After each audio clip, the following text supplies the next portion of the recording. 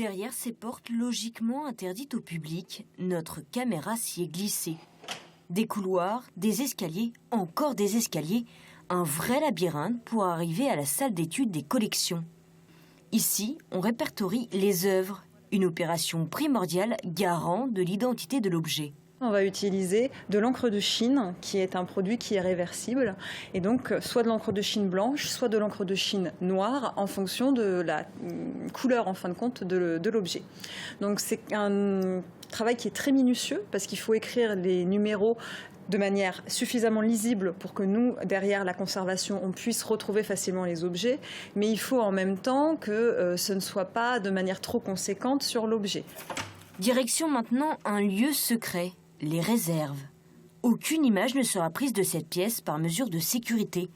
Mais c'est derrière cette porte dérobée que ce bol est conservé depuis sa restauration. Assurer sa pérennité afin que passé, présent et futur se mêlent. Quand même de rajouter le morceau pour qu'on ait vraiment une vision complète et globale de l'objet. Et donc là, on s'aperçoit vraiment de la forme de la coupelle, mais malgré tout, de lui donner une teinte, un coloris un peu différent ou un aspect un petit peu différent, ce qui, de manière très inconsciente en fin de compte chez le visiteur, lui permettra tout de suite d'authentifier les parties anciennes des parties récentes. C'est au palier -1 que l'on découvre l'atelier.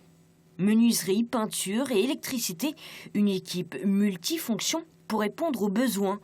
Ici, dans cette salle rare d'un musée, on confectionne, prépare de manière autonome les futures expositions. On fait des choix de couleurs.